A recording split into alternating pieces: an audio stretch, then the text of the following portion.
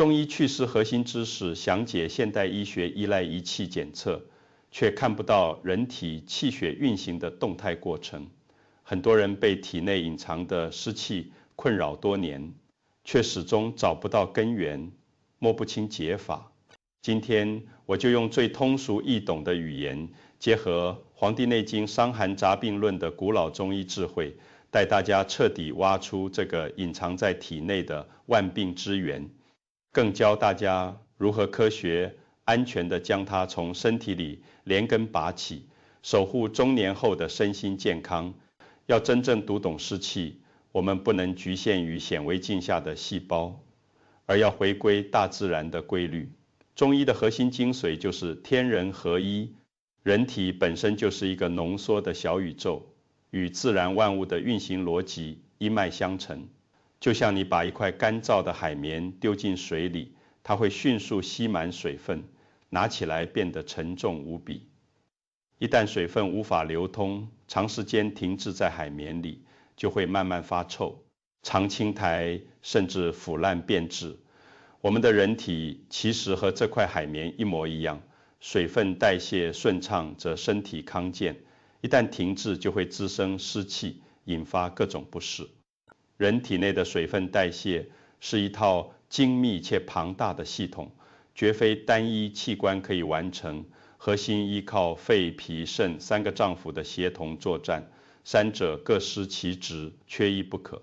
肺主通调水道，就像天空中的云朵，负责将体内干净的水分雾化，再像甘霖一样均匀撒布到全身各处，滋养每一个脏腑和细胞。肾为主水之脏，如同地下涌动的温泉，能提供命门之火，靠阳气的力量将人体水液蒸腾气化，完成水分的循环代谢。而脾主运化水液，是整个代谢系统中最关键的枢纽，相当于我们身体里的水泵和抽丝机，更像是滋养万物的大地之土。中医讲土能克水，只要脾气健旺，水液就能在体内顺畅流动，不会停滞成湿。年轻时，我们身体阳气充足，脾胃功能强健，喝进去的水、吃进去的食物，脾能快速将其转化为精微气血，输送到全身，滋养脏腑，濡润肌肤。但随着年龄增长，尤其是过了45岁，阳气开始逐渐衰减，再加上我们现代的生活方式一直在不断糟蹋自己的脾胃。台湾地处亚热带气候，本身空气湿度就大，先天就容易受到湿气侵袭，而大家的生活习惯更是雪上加霜。夏天猛喝冰水、嚼冰块，手摇饮不离手，长期待在密闭的冷气房里，毛孔紧闭，体内的湿气无法通过汗液排出，只能在体内堆积，三餐不规律，暴饮暴食，还偏爱肥甘厚味、炸鸡烤肉等油腻食物。这些生冷寒凉的食物一进入肠胃，就像一盆0度的冰水，直接浇在脾胃这把生命之火上，一点点耗损脾阳，削弱脾胃功能。一旦脾阳虚弱，就像水泵停工，抽丝机损坏，失去了推动水液运行的动力。这时，我们喝进去的水不仅无法转化为滋养身体的津液，反而会因为缺乏阳气的蒸腾和推动，停滞在身体的经络、脏腑、皮下组织里，变成一滩死水。这滩无法流通、不断滋生浊气的死水，在中医里就被称为水湿，也是引发中年后各种慢性不适的核心根源。湿气之所以难缠，成为万病之源，核心在于它有3个极其恶劣的物理特性，一旦缠身就很难彻底清除。其一，湿性重浊，重就是沉重下坠，浊就是浑浊不清。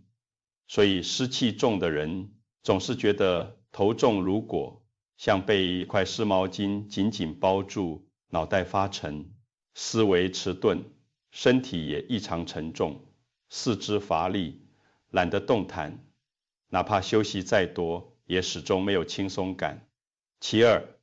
湿性黏腻，这是湿气最可怕的地方，它就像胶水、像牛皮糖一样，牢牢粘在你的经络、脏腑里，难以剥离。这就是为什么湿气重的人大便会粘马桶，冲好几次都冲不干净。也是为什么湿气引发的疾病总是缠绵难愈、反复发作，甚至拉锯几十年，让人苦不堪言。其三，湿性趋下，水往低处流，湿气也同样偏爱向下积聚，所以湿气重的人下半身特别容易水肿，到了下午小腿就发酸发胀，鞋子都变得紧绷。女性会出现白带异常增多，粘稠发黄。男性则会出现阴囊潮湿、瘙痒等问题，这些都是湿气趋下的典型表现。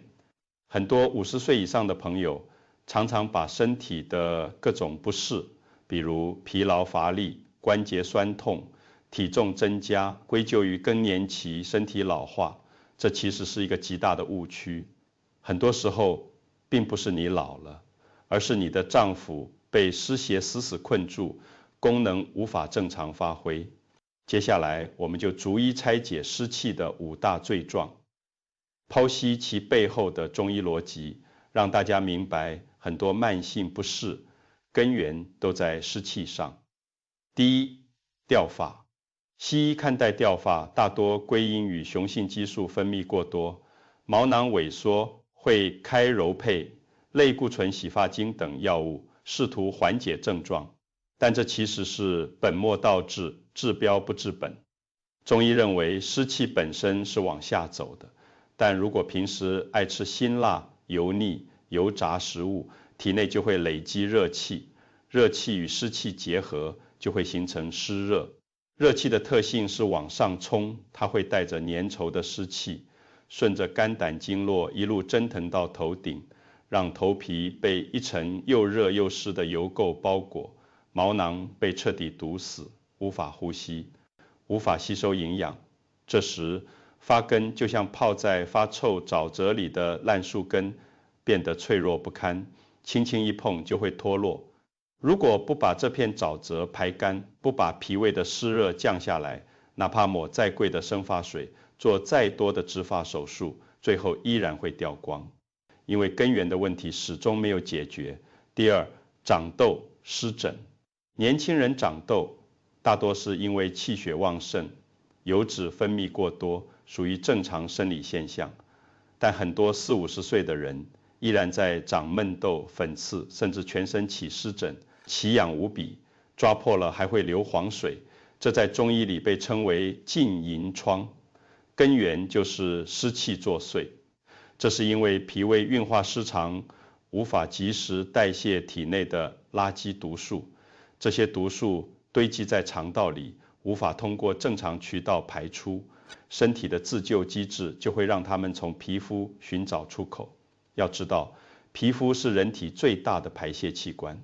湿气夹杂着浊毒从毛孔往外顶，就形成了痘痘和湿疹。痘痘是浊毒堵塞毛孔的表现，湿疹则是湿气外溢、肌肤湿痒的信号。这时西医会给你涂抹抗生素、类固醇药膏，看似能快速缓解症状，但类固醇的本质是把毒素强行压回体内，表面上皮肤好了，实则毒素全部退回心脏、肝肾，加重脏腑负担。只要一停药，毒素就会立刻反扑，发作的比以前更严重。中医有云，治湿疹不健脾不祛湿，等于是扬汤止沸。唯有健脾祛湿，排出浊毒，才能从根源上解决问题。第三，湿秘。很多人都有便秘的困扰，但有一种便秘并不是因为大便干燥拉不出来，而是因为大便太黏太湿，这在中医里被称为湿秘，是湿气重的典型表现之一。湿邪黏腻会阻滞在大肠里，让肠黏膜像被涂了一层厚厚的强力胶，肠道蠕动变得异常缓慢无力。所以湿气重的人蹲在马桶上，往往要耗上半天，满头大汗，拉出来的大便细细软软。黏糊糊的粘在马桶上难以冲净，还总觉得没拉干净。这就是中医所说的里急后重。出现这种情况，说明你的脾气已经极度虚弱，气虚无力推动大便前行，而且湿邪已经深陷少阴、太阴经脉，再不调理，就会进一步加重脾胃负担，引发更严重的消化问题。为了让大家更直观地理解中医祛湿的威力，我分享一个真实的看诊案例。有一位58岁的企业家太太，被各种不适困扰了长达5年，每天都觉得极度疲劳，哪怕睡够8小时，也依然昏昏沉沉，全身肌肉关节酸痛难忍，连抬手走路都觉得费力，体重在短短几年内直线上升了18公斤，尝试过各种减肥方法都没有效果。他曾在顶级西医医院看过风湿免疫科、内分泌科，吃了大量的消炎止痛药、肌肉松弛剂，最后被诊断为纤维肌痛症和慢性疲劳症候群，甚至有医生建议他去看精神科，认为他的不适是心理因素导致的。我让他伸出舌头，看到的是典型的胖大舌，舌头边缘布满了深深的齿痕，舌苔白厚而滑腻，在一把脉向沉细而滑，这是典型的寒湿困脾、阳虚水泛的体征。我当下就告诉他，他根本没有精神病，器官也没有器质性病变，所有的不适都是因为长期的不良生活习惯，把寒气和湿气全部闭锁在了体内。寒湿停留在肌肉，就会引发酸痛；停留在皮下，就会导致虚胖；蒙蔽了清阳，就会极度疲劳、精神萎靡。我没有给他开任何止痛药，而是沿用了医圣张仲景《伤寒杂病论》里的经典方剂，真武汤喝上平胃散的加减，重用白术、茯苓来健脾渗湿，帮助身体排出多余的死水，用炮附子、生姜来温少阴之阳，点燃体内的命门之火，唤醒脾胃功能，用苍术、厚朴来燥湿运脾，化解体内的寒湿。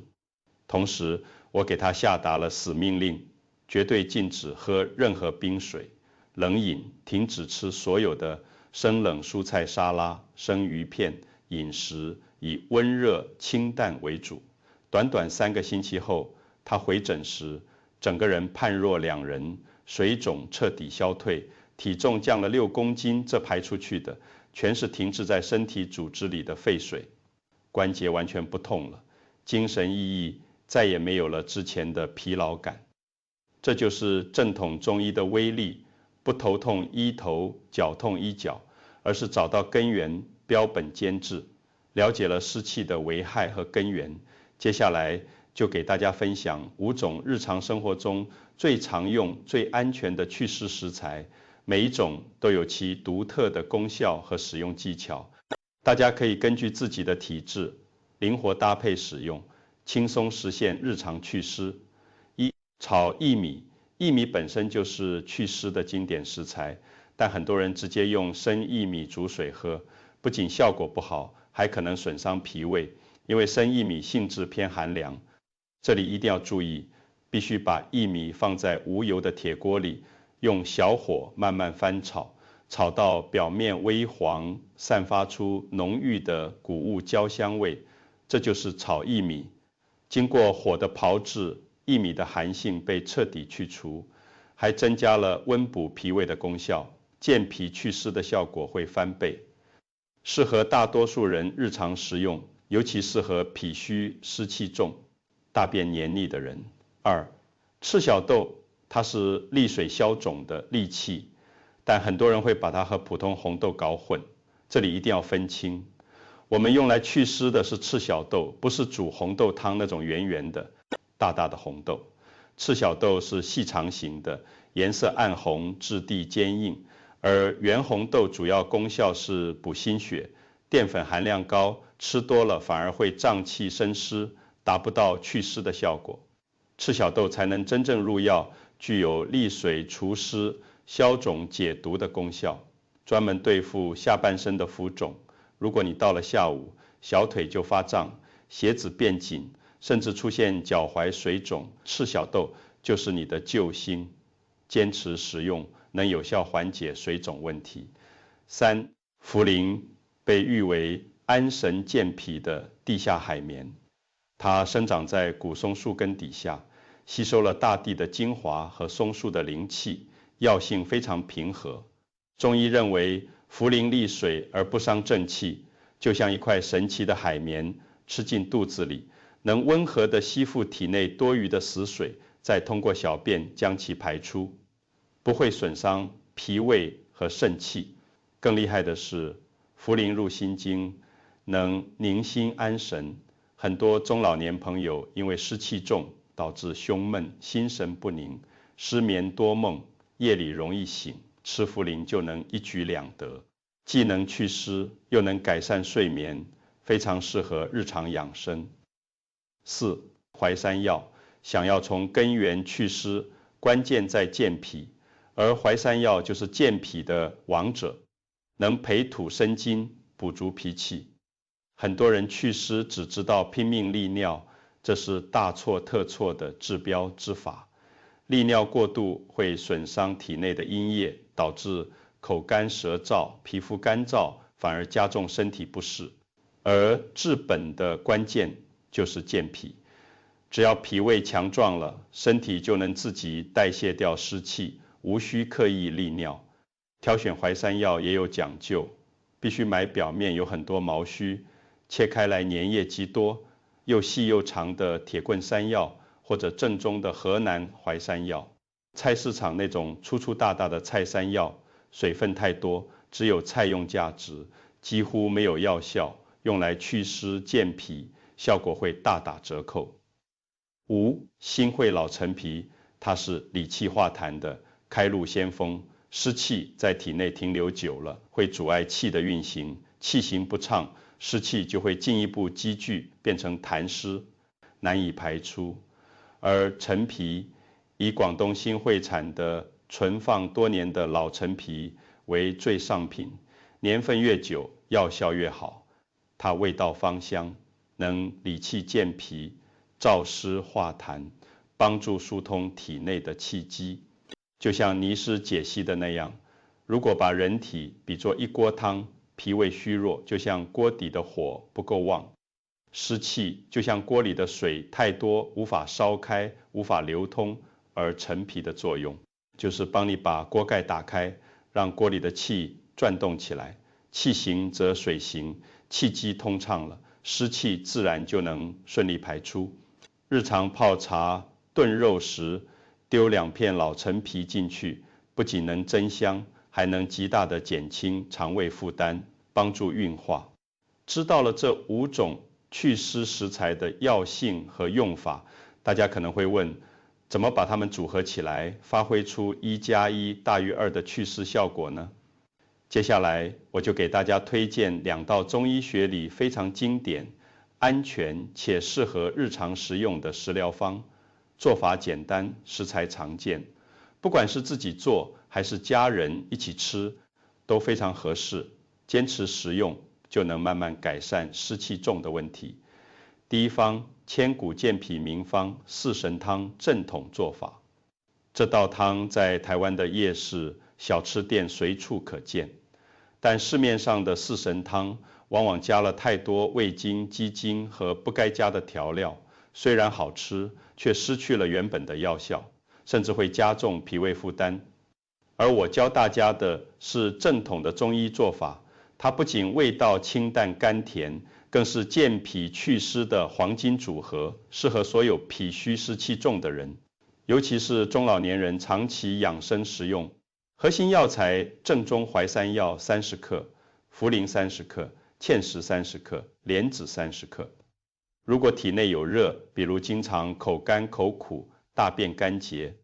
脸上长红肿痘痘，可以将芡实换成炒薏米，这样既能健脾祛湿，又能清热降火，适配湿热体质。中医原理，这4味药材看似简单，却搭配得非常精妙。山药健脾补肺，既能补足脾气，又能滋养肺阴，让肺的通调水道功能更顺畅。茯苓健脾渗湿，温和利水，帮助排出体内的死水，又不伤正气，芡实健脾固肾，兼顾祛湿和固元，适合中老年人。莲子健脾养心，既能辅助健脾，又能宁心安神，改善湿气重引发的失眠问题。它们的共同特点是平补，不热不燥，不寒不凉，不会对身体造成任何负担，专门强壮脾胃的运化功能。脾胃一强，湿气自然无处藏身，这就是中医所说的扶正祛邪，通过增强自身的正气来清除体内的病邪。详细操作步骤：第一步，将茯苓、芡实、莲子提前用清水浸泡2小时，让药材充分软化，这样煮的时候药性才能更好的释放出来。第二步，准备排骨或猪小肠，中医讲究以脏补脏，猪小肠或猪肚能增强胃气，辅助健脾，让食疗效果更好。先用滚水汆烫一遍，去除血水和腥味，捞出备用。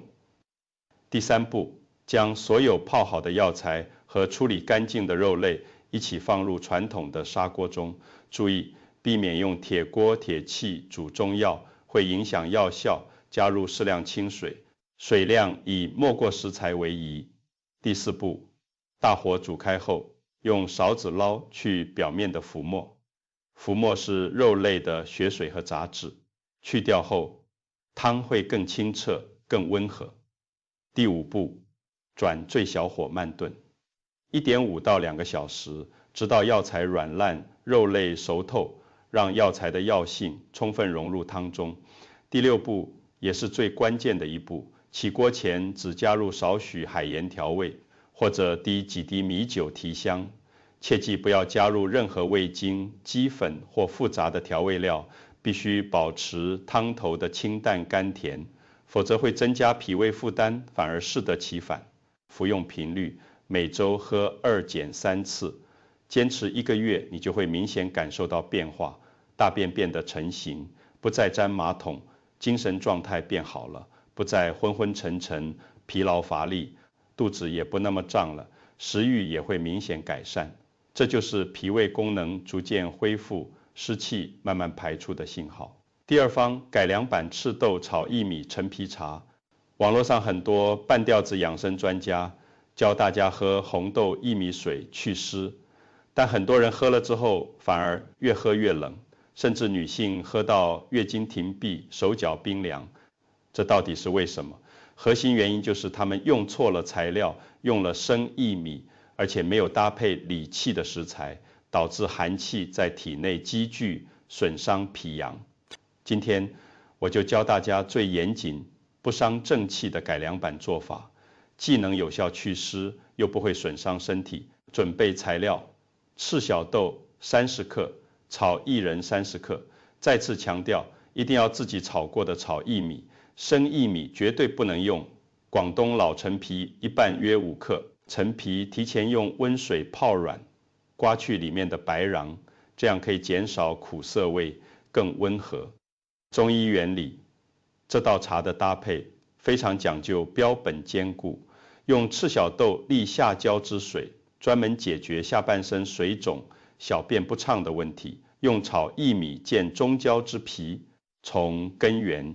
上增强脾胃运化功能，防止湿气再次积聚。加入陈皮理气化痰，因为湿气久了会阻滞气机，气机通畅了，脾胃才能更好的运化水湿。三者搭配相辅相成，既能快速排出体内的湿气，又能保护脾胃阳气，不会出现越喝越冷的情况。详细操作步骤：第一步，处理炒薏米。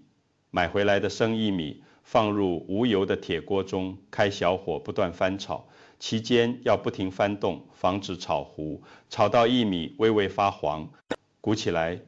有一股浓郁的谷物焦香味飘出时，神出放凉备用。第二步，处理赤小豆。赤小豆质地非常坚硬，直接煮很难煮透，药效也出不来，所以必须提前浸泡4小时以上，或者提前浸泡1晚，让赤小豆充分软化。第3步，将泡好的赤小豆、炒好的薏米和处理干净的老陈皮一起放入养生壶或砂锅中，加入约1000毫升清水。第4步，大火煮开后，转小火熬煮40分钟，直到赤小豆和薏米软烂，药性充分释放。第5步，关火后放置温热，代茶饮用，喝水即可。煮烂的豆子如果觉得口感好，也可以食用，不会浪费。禁忌警告：这道茶虽然温和，但并不是所有人都适合。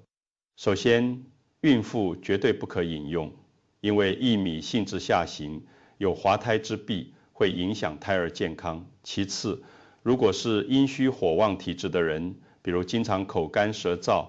手脚心发热、体型消瘦、大便干结，这道方子会越喝越干，加重阴虚症状，要避免饮用。除此之外，大多数湿气重的人都可以放心饮用。各位45岁到70岁的叔叔阿姨、大哥大姐们，请你们一定要听进去我接下来的这番话，这关系到你们后半辈子的健康和寿命。我们人过了中年，身体的阳气就像太阳过了正午，开始逐渐走向下坡，越来越弱。《黄帝内经》里有一句至理名言：阳气者，若天与日，失其所折，折寿而不彰。这句话的意思是，阳气就像天空中的太阳，是人体生命活动的根本动力。一旦阳气不足，运行失常，人就会生病、衰老，甚至缩短寿命。我们今天讲了这么多关于湿气的知识，大家有没有想过，湿气说穿了到底是什么？其实湿气就是因为你体内的这把阳气之火变弱了，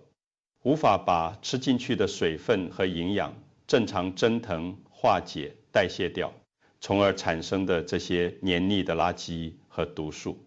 所以想要真正彻底远离湿气、远离掉发、虚胖、关节痛、三高这些中年常见的代谢疾病，单靠吃这5种食材、喝2道食疗方还是不够的。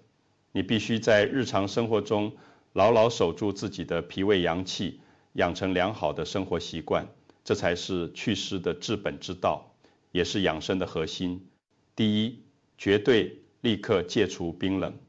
冰水、手摇饮、冰镇西瓜、生鱼片、生菜沙拉、冷饮雪糕，这些东西都是直接浇灭你脾阳的毒药，长期食用只会一点点耗损脾胃功能，让湿气在体内不断积聚。从今天起，养成喝温水的习惯，吃煮熟的热食，哪怕是夏天，也不要贪凉，保护好你的胃气，就是保护你的寿命。脾胃是后天之本，脾胃好，气血足，阳气盛，湿气自然无法立足。第二，避免久坐，让身体微微出汗。中医讲动能生阳，运动是提升阳气、排出湿气的最好方式之一。不要每天只坐在电视机前、沙发上滑手机，久坐不动会导致气机不畅，阳气郁滞，湿气无法排出。每天抽出30分钟去公园散步，打打太极拳，练练8段锦。这些舒缓的运动能让身体微微出汗，注意是微微出汗，不是大汗淋漓。大汗淋漓会伤精耗气，反而越练越虚。微微出汗既能排出肌表的湿邪，又能提升阳气，增强体质，一举两得。今天我把这套祛湿的底层逻辑、辩证方法、食疗方案，还有日常养生的注意事项，全都毫无保留地教给你们了。希望大家能运用这些正统的中医智慧，调整自己的生活习惯，健脾祛湿，补足阳气，把健康和寿命牢牢地掌握在自己手里。最后，祝大家身体健康，阳气充足，百病不侵，安享幸福晚年。